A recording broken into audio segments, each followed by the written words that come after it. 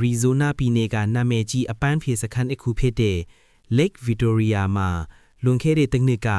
ဒီကန်ကြီးထဲမှာရှီဟောင်းအသားစားငါးလေရဲ့တိုက်ခိုက်မှုကြောင့်လူပေါင်းထောင်ချီသေဆုံးခဲ့ရပြီးအခုဆိုရင်တော့ကန့်သက်နေမီတစ်ခုဖြစ်နေပါပြီ။နွားပြောက်ရှာနေတဲ့လေသမား2ယောက်ဟာရေအောက်ကထူးဆန်းတဲ့ဥဒီကိုတတိမထားမိပဲ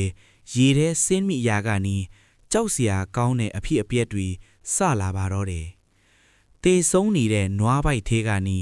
အကောင်ပေါက်လေးတွေထွက်လာပြီးတိုက်ခိုက်ပါတယ်။ရေပန်းဥယျာဉ်ပိုင်ရှင်ချက်ဟာသူ့ရဲ့ရေကူးကန်ကိုပြန်ဖွင့်ဖို့ပြင်ဆင်နေပါတယ်။ညပိုင်းပါတီပွဲမှာတော့မတီးရဲ့ရီစာဟောင်းရဲအရာရှိခိုင်ကလည်းရောက်နေတယ်လို့မတီးကိုငငယ်ကလေးကတိတ်တခိုးချစ်နေရတဲ့ဘယ်ရီလည်းရှိနေပါတယ်။ Shelby နဲ့ Josh တို့ဆုံတွေ့ရေထဲမှာပျော်ပါနေတော့ငါးတကောင်က Shelby ရဲ့ခြေထောက်ကိုတိုက်သွားပါတယ်။အဆိုးဆုံးကတော့ Ashley နဲ့ Travis တို့ဆုံတွေ့မှာသူတို့ကားကကန်ထဲကိုထိုးကျသွားပြီးကားထဲကိုရေတွေဝင်လာချိန်မှာအသားစားငါးတွေက Travis ကိုအရှင်လက်လက်ဝိုင်းစားလိုက်ကြပါတယ်။မတီနဲ့ခိုင်ကငါးပညာရှင် Goodman စီတွားရောက်မေးမြန်းခဲ့ပါတယ်။ Goodman ကဒီငါးတွေဟာကလိုရင်းသက်တွေကြောင့်မီးအောက်ရေကြောနာနီးတဆင်ရေပန်းဥယျာဉ်စီကိုရောက်လာနိုင်တယ်လို့တတိပေးလိုက်ပါတယ်။ဖွင့်ပွဲနေ့မှာတော့ရေကူးကန်ထဲမှာပျော်ပါနေတဲ့ညိုတွေကိုငါးများဝိုင်းကြိုက်ခဲကြလို့ရေကန်တစ်ခုလုံးသွေးချင်းချင်းနေသွားခဲ့ပါတယ်။အရင်ကငါးကြိုက်ခံရမှုကြောင့်ခြေထောက်နှစ်ဖက်လုံးဆုံးရှုံးထားရတဲ့တူရဲ့အရာရှိဖယ်လွန်ကတော့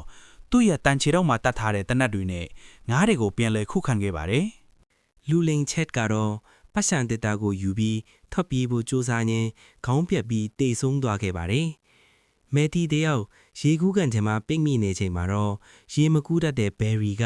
တတ်တိရှိရှိနဲ့ဆင်းခဲ့ပြီးငါးကိုတပ်ပစ်နိုင်ခဲ့ပါတယ်။နောက်ဆုံးမှာတော့ Deef ကရေပိုက်သေးကိုကလိုရင်းတွေနဲ့မီးတွေပစ်ထဲလိုက်လို့ပောက်ကွဲမှုဖြစ်ပြီးအသားစားငါးအားလုံးသေဆုံးသွားခဲ့ငါးပညာရှင် Goodman စီကဖုန်းဝင်လာပြီးငါးတွေဟာကုန်းပေါ်မှာလမ်းလျှောက်တဲ့အောက်စင်ကဲပြောင်းလဲသွားပြီလို့သတိပေးလိုက်ပါတယ်။အဲ့ဒီအချိန်မှာပဲကုန်းပေါ်ကိုတက်လာတဲ့ငါးတကောင်က